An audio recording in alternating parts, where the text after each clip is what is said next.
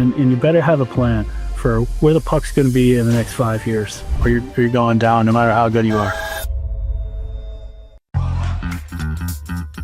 Welcome to Between the Briefs, a podcast by Steno. We're here to bring you practical tips, expert insights, and real conversations about the pretrial process, court reporting, and the legal technology shaping the future of litigation. I'm your host, Adrian Cea. And I'm your host, Joe Stevens. Whether you're an attorney, paralegal, or just curious about how technology is changing the legal industry, we've got something for you. Each episode will break down complex topics, share behind-the-scenes intel, and talk to the people leading innovation in and out of the courtroom. So grab a coffee and let's get into what's happening between the briefs. Welcome back to Between the Briefs, the podcast where law and technology meet. I'm your host, Adrian Cea, and today we are excited to have Michael Mellor with us today, the founder of 742 Advisors, a legal marketing consultancy that focuses on helping smaller and mid-sized law firms boost their business performance. With over 2 decades of experience in the business development and marketing for professional services, Michael has developed a unique approach to optimizing marketing strategies, streamlining firm operations, and driving measurable results. Michael's deep understanding of the marketing challenges that face law firms, coupled with his passion for improving business development processes, make him a sought-after expert in the industry. Mike, I'm thrilled to have you with us here today. How are you doing? Great. Thanks for having me, Adrian. Excited to talk shop with you today. Likewise, man. Likewise. So how about we just start from the beginning? What got you into servicing law firms, and what really got you into marketing, and how do those two join together? Yeah.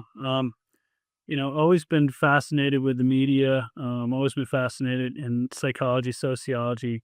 Studied it in my formative years, and landed a gig in financial services marketing. So never really marketed a widget, but always keen to write, keen to strategize. Got a master's in strategic communications, another one in international relations, and really kind of pulling it together.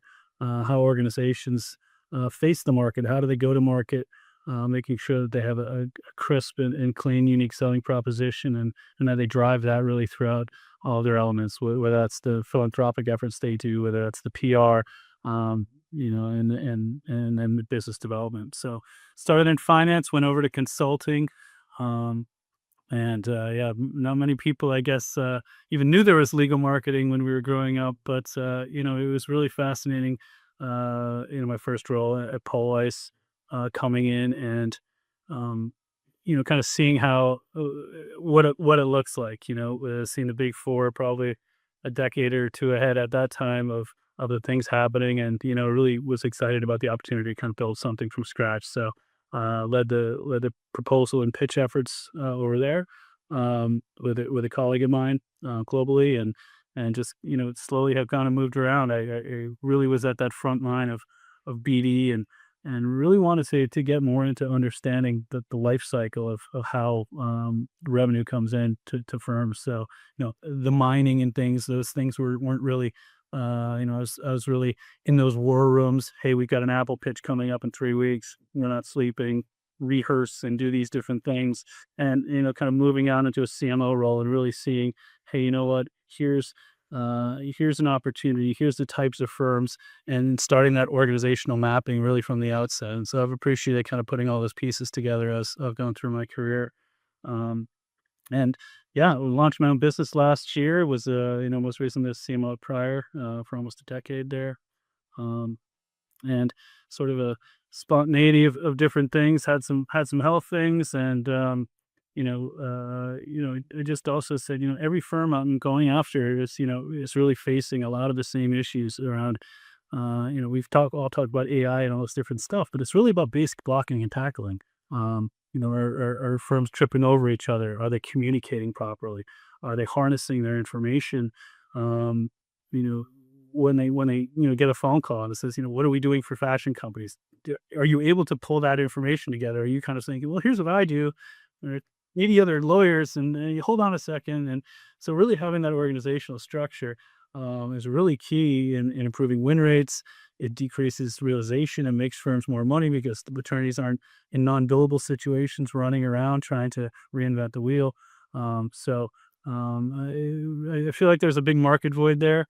really in that kind of basic blocking and tackling for small and mid-sized firms. So feedback has been great, and excited to be here. So thanks. That's amazing. That's amazing. So you mentioned a couple things there.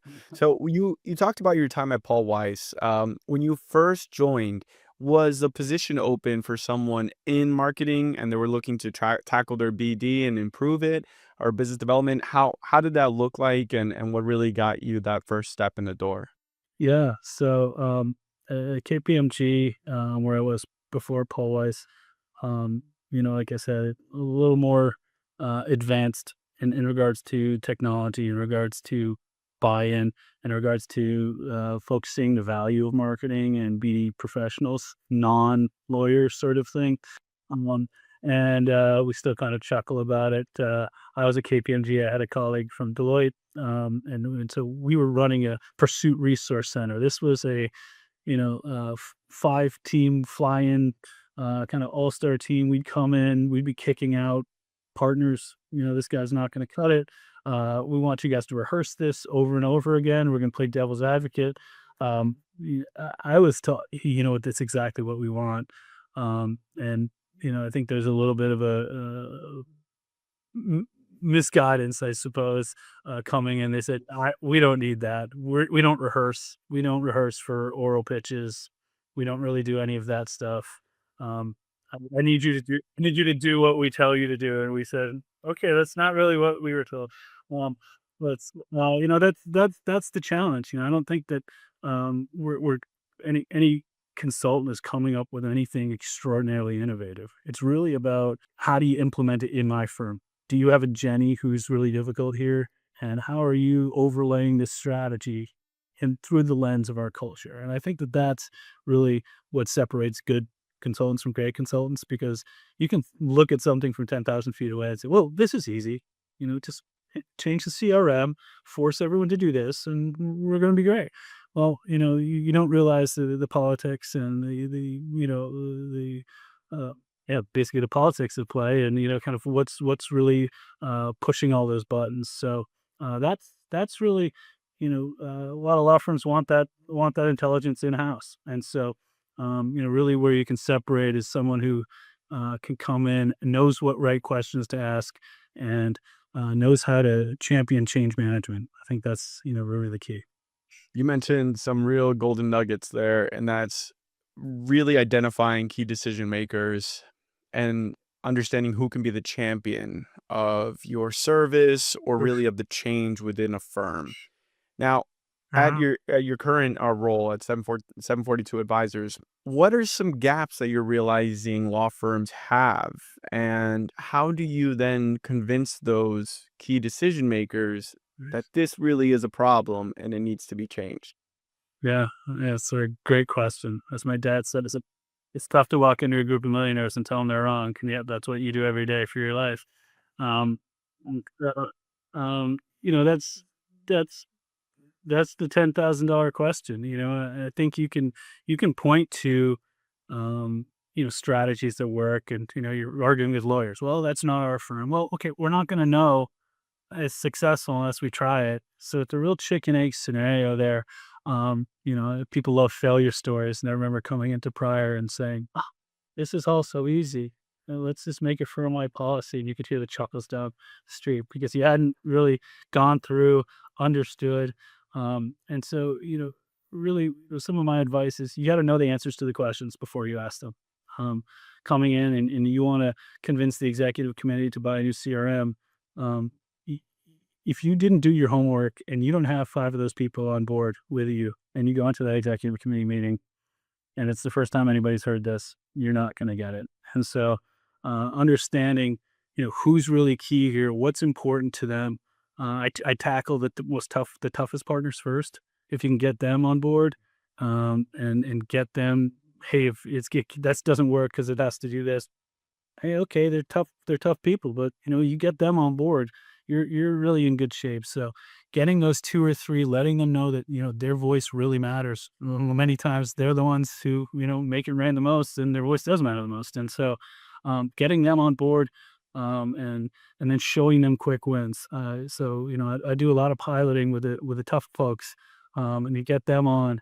And if they say jump, a lot of people are going to jump in the firm. So instantly, if you can get the top 3 or 4 people, you've got a pretty decent contingent. So a lot of those different strategies, it will depend on whatever mandate or kind of policy or thing you're trying to roll out, obviously. But understanding those politics is everything. Sometimes it might be a gatekeeper. Might be the VIP partners admin who carries a lot of weight, and among the administrative staff, and getting her or him to buy in and start inputting lunches and client events into a CRM, and now other people are doing it. Those are the types of sort of psychological change management things that are critical, and I think firms are seeing the importance of that. All right. So it sounds like you got to plant the seed first, even if it's at the lowest level, to just really get to where you need to be. And of course, if you do get the partner, you'll see a trickle down effect very easily, because that is a key decision maker. So it sounds like a lot of this is sales, essentially, at its core, right? Understanding the game of selling and how to implement change within an organization and really convince people that Yeah. change is needed. One thing that I've learned from my time in sales is how to identify a prospect. So for yourself, how do you know a marketing firm might be, or a law firm might be in need of your services? What traits do they show that tells you, you might need my advisement in this department? Yeah. Fascinatingly, it is very different. You even look at CMOs across. Let's look at the AMLA 100 to 200. They'll have different sizes of teams. Different. One CMO might be responsible for sales. One might, sales is dirty, a dirty word, and this person's an event coordinator, really. So you really don't know, these executive director, are they the ones making the decisions? In some cases, the managing partners have their thumbs on everything. Some cases, marketing is kind of free reign, and they're making the decisions, and they don't need executive committees. In some cases, there's a marketing committee. So that stuff is really difficult to unpack and very individualized. But in a kind of a wider context, how do I know? Typically, uh, just in terms of the types of work I'm trying to follow, I'm typically, focused really on like kind of AMO 150 to 500, folks with a less mature tech stack. We talk a little bit about digital presence. Looking at a website is a pretty good delineation, not just in terms of how it looks, how it feels, how easy is it to find information. Do you have that information out there? You could be the best lawyer in the world, but if you're not putting your cases on there, and someone else is putting their cases on there, and you're getting 4 names. You used to call those people and have them come in. Now you Google them and you call the best two. So you're out of the game before you're in it in many cases. Um, the website tells me an awful lot. A lot of different politics. You'll see firms with 5 different leasing pages because everyone wants to. I want to be the co-chair of commercial leasing, and I want to be the co-chair of this because everyone wants a title. Okay, well, you're not a very organized firm, and I come in and I'm a landlord. What if I want both of these things? This doesn't make sense to me. It's very muddled, and I think there's probably a lot of different things at play here. So, um, those are some good ways. I certainly think that these days, there's a big push towards it. I think that a lot of firms don't know what they want, but they know that they need marketing because the guy down the street has marketing, and we can get into some of that around. We're in a precedent based industry. Different is bad. Different is risk, and so getting people to realize, hey, we're not. This is a business plan. We can shift it. We can update this in 4 seconds. This isn't going to court. Getting people to kind of separate out everything I do in law. If this is different, it's bad. Okay, we're having fun here. Let's spit out 4 or 5 things on a post-it note. Let's put them around. Getting them kind of out of that thought. I think they have a work mind, and getting them to sort of separate. This is a human element. You want to be different. You want to showcase yourself. Um, I think that's been kind of a light bulb is seeing folks. What do I post on social media? I'm like, what would you post if it was your friend? And they kind of you're overthinking it. And so getting these kind of light bulbs, folks who can kind of describe things humanly and simply, are the folks who are winning new business. I mean, it's as simple as that. The folks who are out in the community, adding value without asking for things in return, identifying problems and thinking strategically around who else might benefit from this solution. Um, it's not rocket science. It's kind of like a muscle, and it's a different way to think. And you just got to get people kind of thinking in this new world. You can't be a generalist. You can't know everything. You can't wait for your phone to ring. You can't be the best litigator in New York. You've got to put together a plan. You've got to focus on things. You've got to shut out the noise, and you got to be consistent. You got to show up. So, um, not Love rocket that. science. You hit up some major key points there. And I love how you said, we do live in an industry that exists on precedent, right? So if you're different from that precedent, it's a risk right off the bat. And one thing I'm sure you face is, you face maybe face actually is a question in itself. You're probably When you right. find a firm, do You've they done this before. Yeah. When you face a firm and you come to them, they don't have entirely an identity.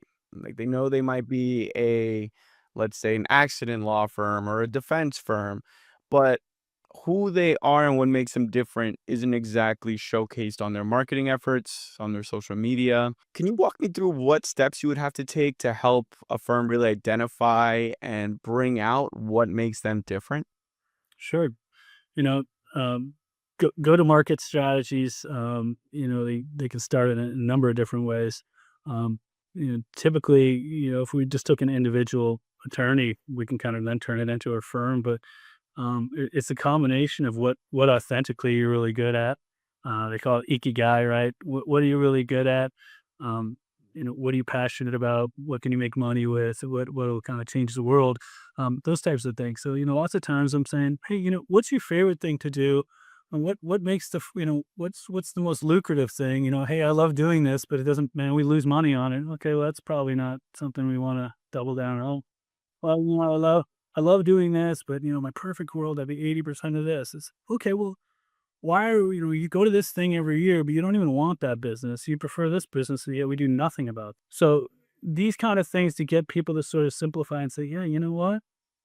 I'm not telling you that if someone calls and says, hey, I want to do a securitization, and you've done 100 of them in the past, you don't say, yeah, sure. But when you're out marketing, that's different than, answering the phone and saying yes or no. So that's a different sort of proactive marketing strategy versus someone calling and saying, hey, I saw this and I heard about you. So, kind of building that, alongside of firms and saying, what's the life cycle of things? How does work come into this firm? Well, trademarks are really well known for that. And we get them in, we're doing their entire portfolios globally. Now that really uncovers a lot of different opportunities, whether that's M&A, whether that's licensing deals. Okay, do we have the M&A folks right now who can do those deals?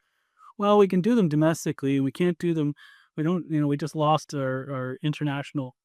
Okay, well, we need to get a new person before we actually put together a strategy here. So there's a lot of different components to that, but making sure that you're not dropping people off.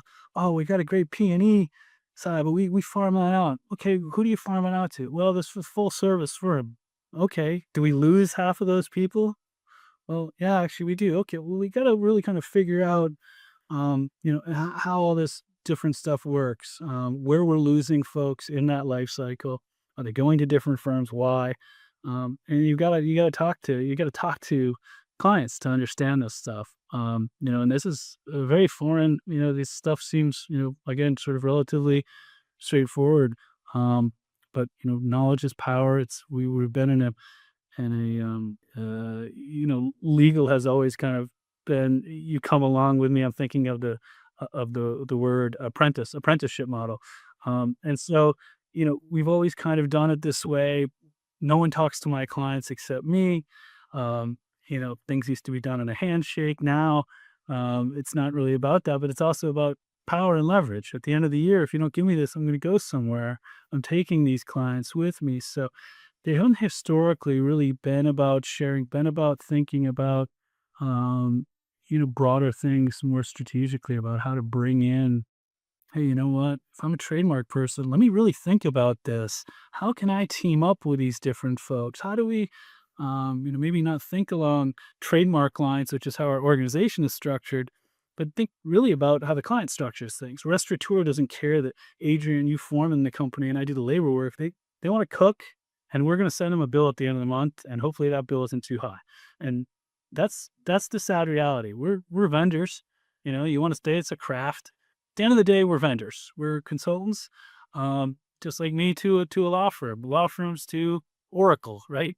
Oracle were necessary evil. If they could do it in us, they would. And so, how are you, you're bringing that value and contextualizing those things so they don't have to, and just being more thoughtful. I think that lawyers, the best ones, are realizing, hey, you know what, this is a business. It's not a something I sort of am gathering a book. It's a business, and if I can add value, introduce people who aren't even lawyers in the name of helping them achieve their mission, their vision for the next 3 years, um, we're going to be in good shape. And so, getting folks to align by industry, getting them to think in a real client-centric way, aligning with clients on, philanthropic efforts, aligning with clients on pro bono work, not just doing these things in vacuums because they're cool to do, but, you can add value to clients, you can make money at the same time, and you can make really happy people, just by being a little more thoughtful. And so putting those processes and systems in place, is everything. And, nothing is cool without a system. You can't measure it without a system. And so that's what we try to do.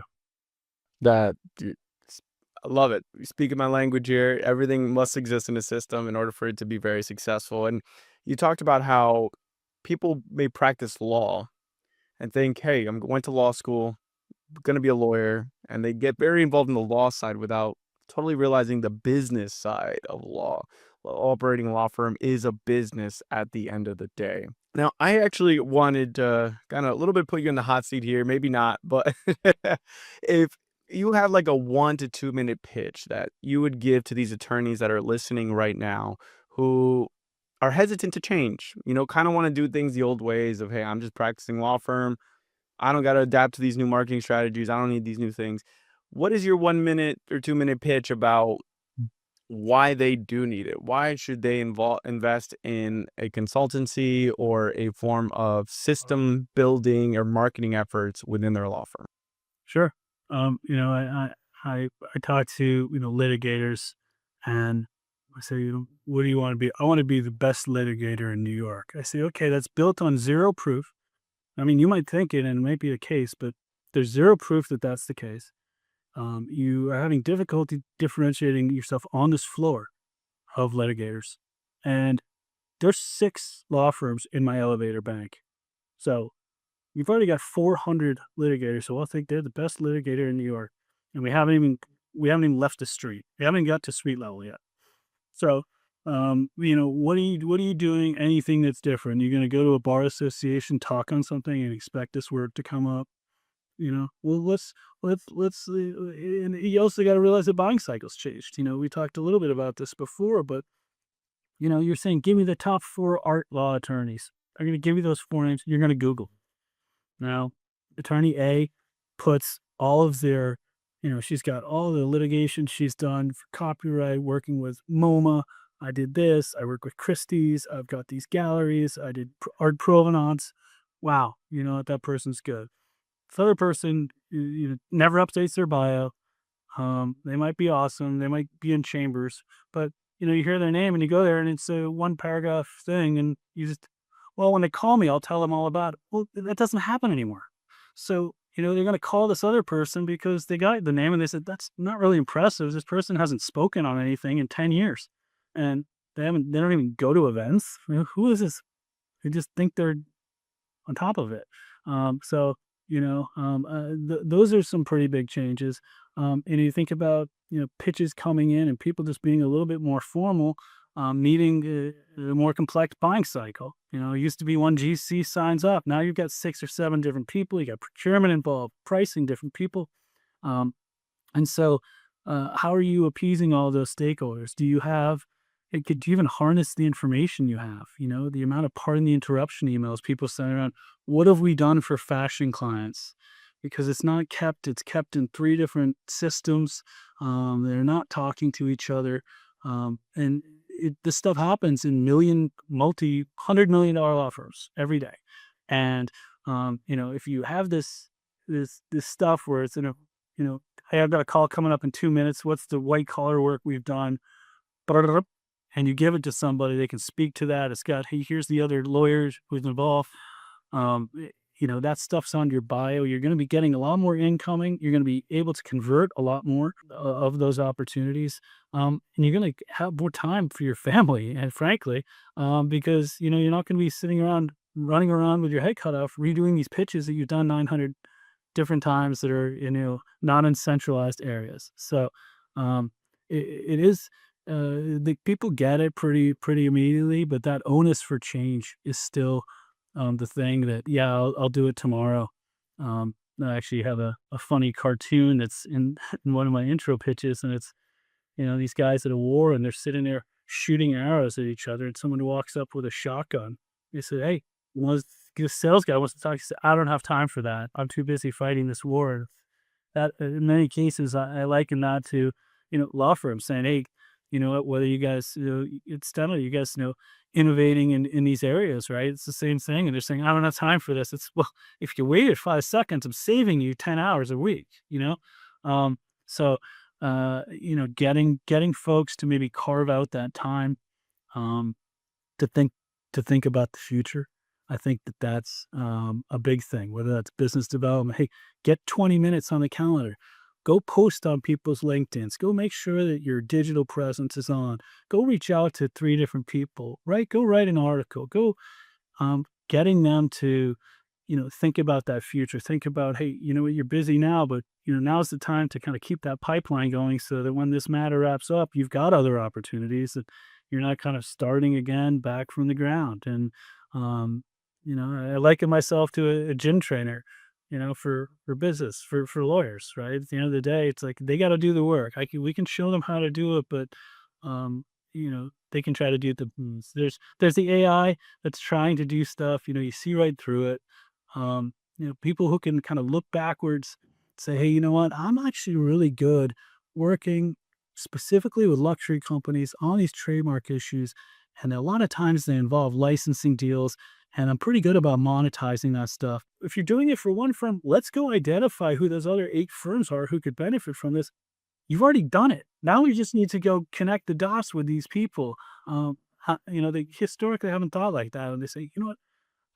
I'm making your life way easier. Now you just go to luxury events. Now you're just doing this. And now you're doubling down on all this stuff. And now when we're putting, top luxury fashion trademark people in, you're popping up because you used to write 10 articles. You're still writing 10 articles, but now you're writing them about the same thing, and you're becoming a known thought leader for that. And so it just kind of takes a little bit of those wheels going and a couple of wins, and it's really exciting to watch historically skeptical people get on board and say, this is right. You double my business. This makes sense, and I get it now.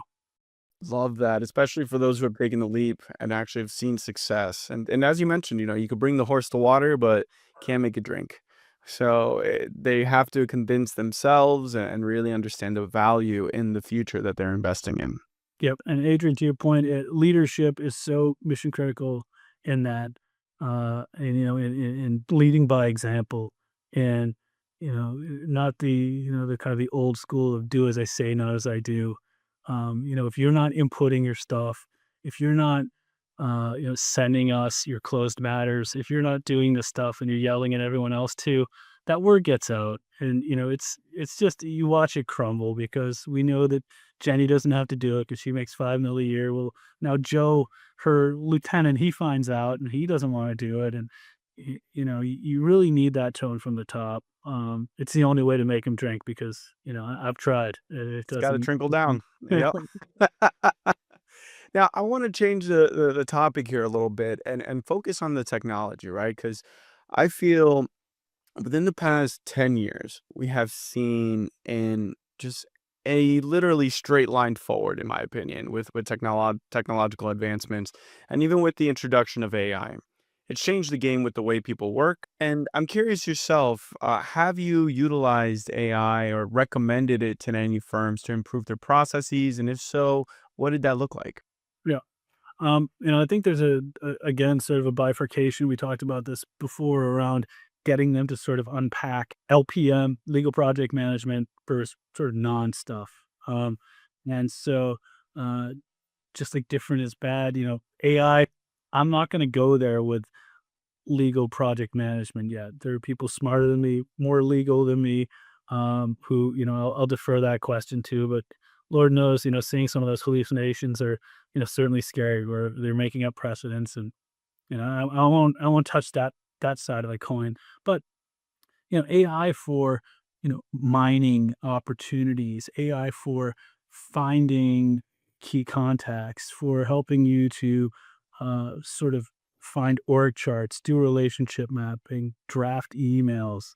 Um, there's a lot of different ways that you can use AI. I especially think in marketing and BD for helping organize. But on a deeper and I think more impactful level, it's really at the relationship level. And this sort of forays a little bit into sort of my technology work, but so many firms say, "Oh, let's buy Salesforce. It's the gold standard, and, it works." And in some cases, you look at the McDermott's, you're looking at these firms who are really sort of fashion forward. Now we're seeing them with the, investing 20 or 30 million a year in AI. That's scaling the right way, intelligent way, but they've got an accountability structure over there. I think other people come in and they go, "Oh, we need Salesforce too." Well, again, you're trying to blanket a solution without regard to the culture. And so, um, it's really understanding, what your firm can and will do. What are you willing to force people to do? And so if you're buying Salesforce and then you're just kind of hoping that attorneys are going to spend more non-billable time inputting events into these sort of manual operations, you're keeping interaction and you're hoping things change. You haven't compensated, you're not communicating that behavior, you're not doing any of that. You're buying a Ferrari, you're keeping it in first gear, and you're not changing any of the culture. You're wasting money. And so I'd rather, we ended up cutting it out at my old firm. I said, listen, what's the point?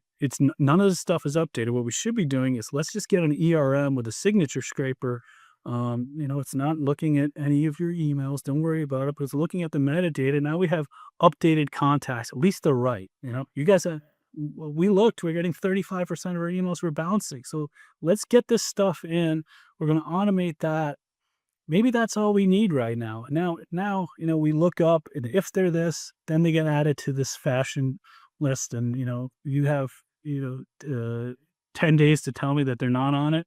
I also do an opt-out strategy as opposed to an opt-in strategy. We're going to add them. We're going to add them to this list. And now, hey, you know what? They're going to be getting every email communication.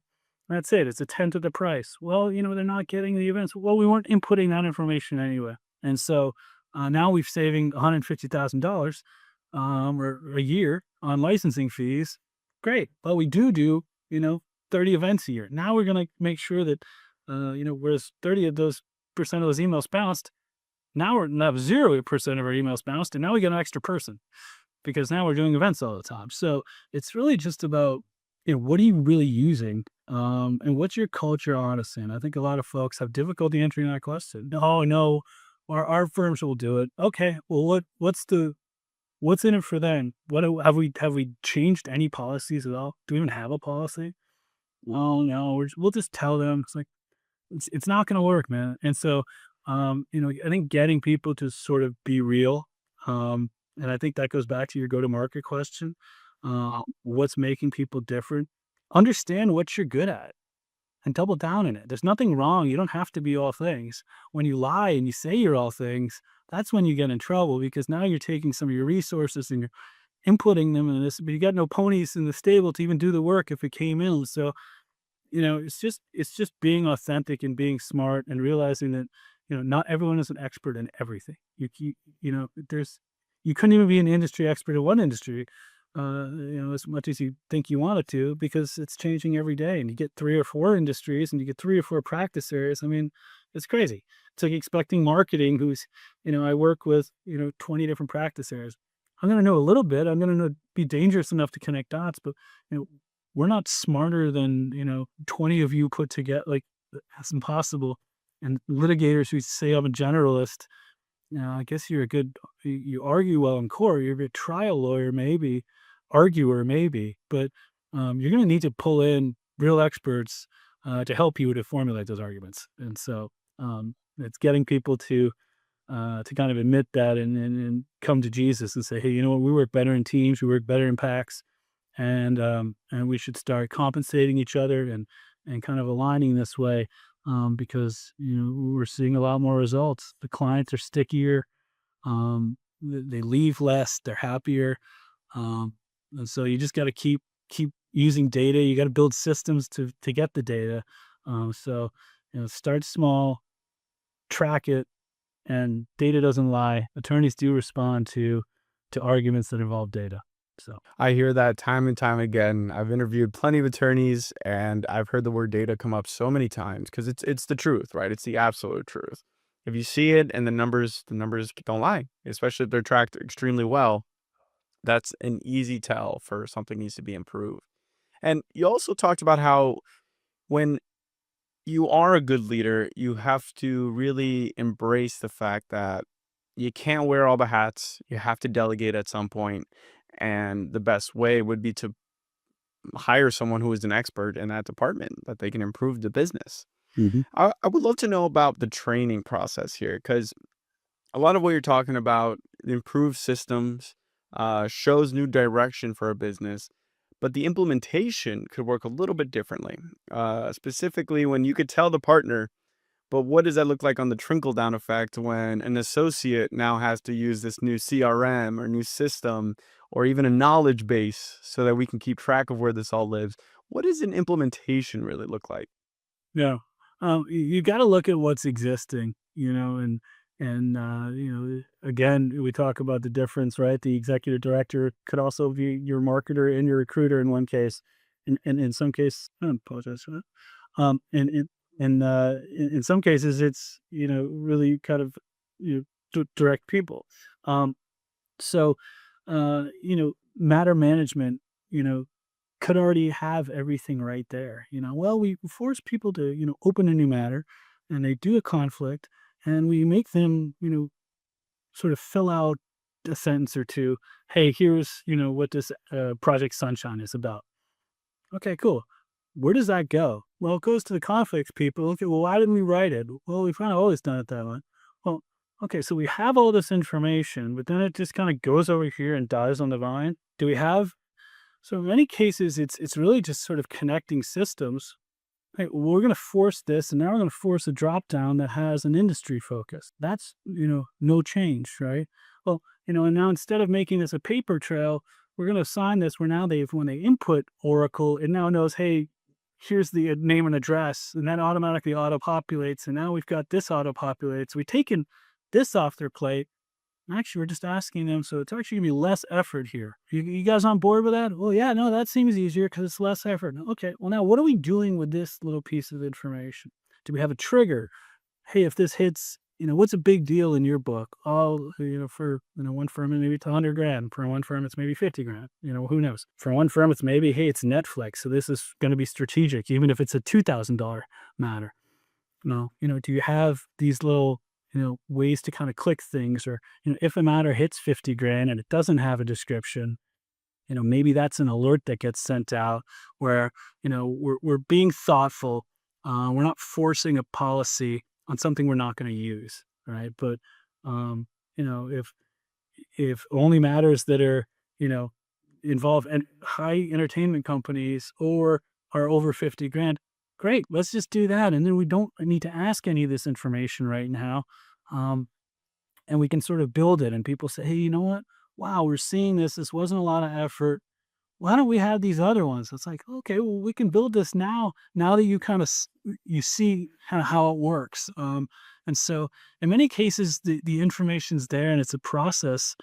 design, um, of just, making it better. I find, RFPs and pitches are really, it's like someone got this, oh my God, this is a 30-page thing. I've never seen it. And they put it away and they you freak out, and then they go and do something that they're comfortable doing, like, law, and they'll go do that for 2 weeks. And then they'll be like, oh crap, now I got a week left in this thing. And they send it around. There's so many different ways, so many steps there you could have improved it. Always get it right to the marketing folks. Have a great relationship with conflicts. Build these answer banks for commonly asked questions. Have an escalation process, when to include people. Understand pricing. You don't have to respond to every RFP. Many of them are losing.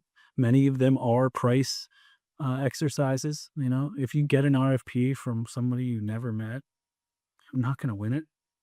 It's just that simple. And lawyers saying, no, no, no, but I'm really well known for this. I'm saying, you have no contacts. We have no idea the context of this. They're literally looking for this, and they're going to get this number and use it so that they keep their incumbent.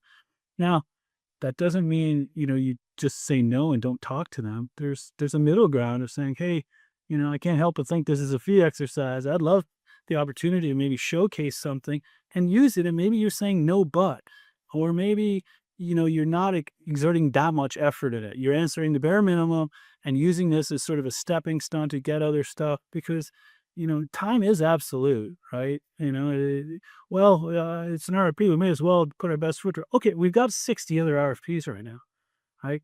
So, as a partner, you have a fiscal responsibility for the wider good, because at the end of the day, it does go in your pocket. Let's grade these in terms of win probabilities.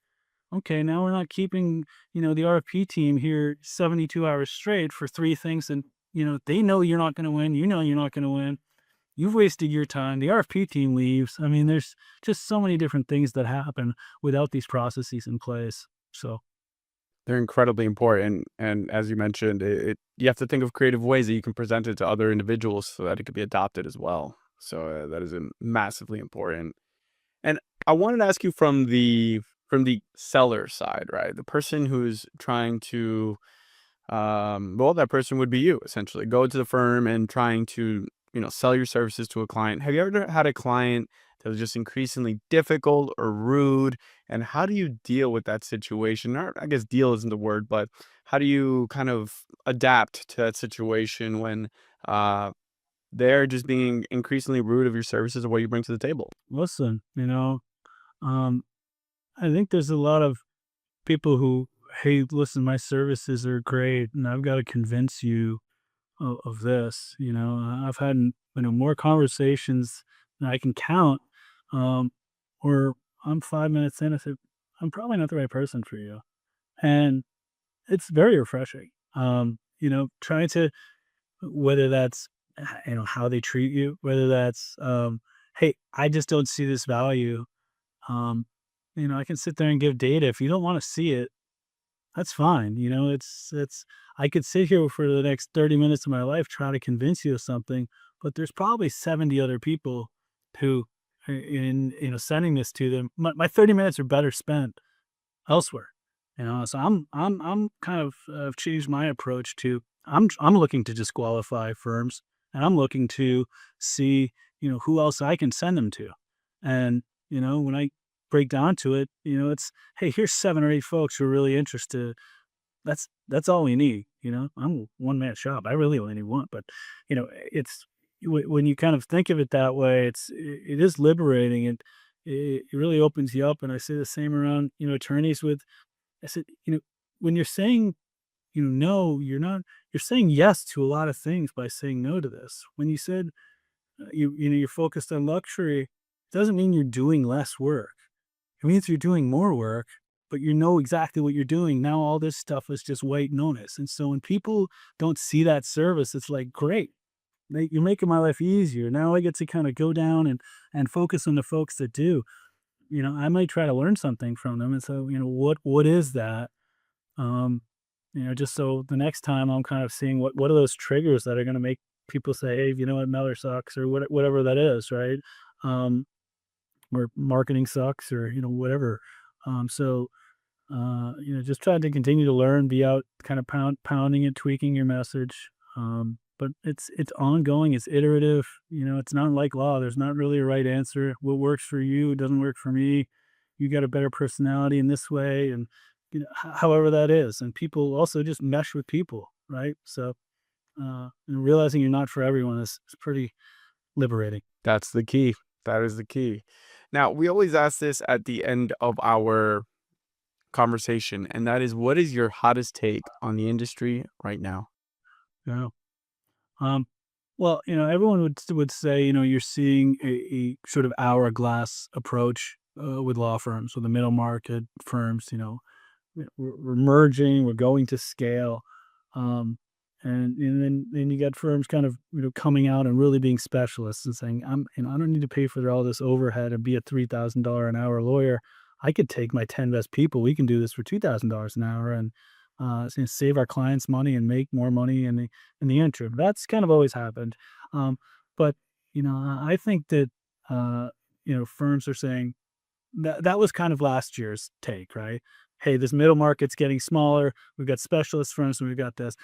This year is who's actually got an organizational strategy. You're looking at McDermott. I think they're poised for success. They've got really focused on AI. They've got a plan of where they want to go. I think there's other firms that are merging, saying, hey, you know what? We're going to get a bigger platform. Okay, well, now you just got more overhead. If you don't have that within a wider context, same thing with the smaller firms. Hey, we're going to go down and we're going to do stuff cheaper. Okay, so that's it. Like, how are you sort of aligning these things? So, the firms that are just kind of showing up, and there's more than you think. Hey, we've got a great name. We've got great people. We're just going to put our head down. We're going to serve our clients. It's not going to work anymore. And I think everyone said, oh, you've been crying wolf forever.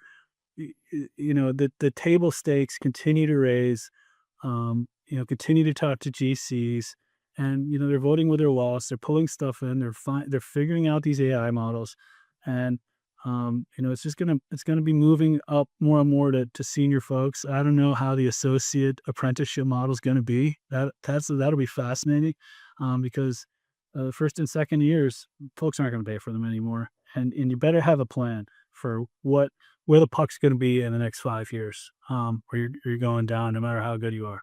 So that's my hot take. All right, that is a very hot take, but I actually wholeheartedly agree with what you're saying. If you don't adapt, then it's just not going to cut it anymore. And at this point, you're gonna be right about what you were saying the whole time. It's not going to be someone who cried wolf. If you're not adapting, you're gonna fail. That is a fantastic hot take, Mike. Thanks so much. I appreciate you having me, and thanks for everything. And that's a wrap on today's episode of Between the Briefs. A big thank you to Mike Mellor for sharing his valuable insights on the state of legal marketing and how 742 Advisors is helping firms drive business growth. Be sure to subscribe so you don't miss the next episode, where we continue to explore the evolving legal landscape. Thanks for listening, everyone. Stay curious and stay inspired. See you soon. Up next on Between the Briefs. If you have dirty, messy data, you won't be able to have a successful rollout of tools like this. Now that we're getting to the Gen AI world, it's garbage in, like super powered, wacky garbage out. Stay tuned for the full interview coming to you soon. Between the Briefs is brought to you by Steno. To find out more about Steno and how we combine exceptional court reporting and litigation support services to deliver a superior litigation experience, visit steno.com. That's STENO.com. And then make sure to search for Between the Briefs in Apple Podcasts, Spotify, or anywhere else you get your podcasts, and click subscribe so you don't miss any future episodes. On behalf of the team here at Steno, thanks for listening.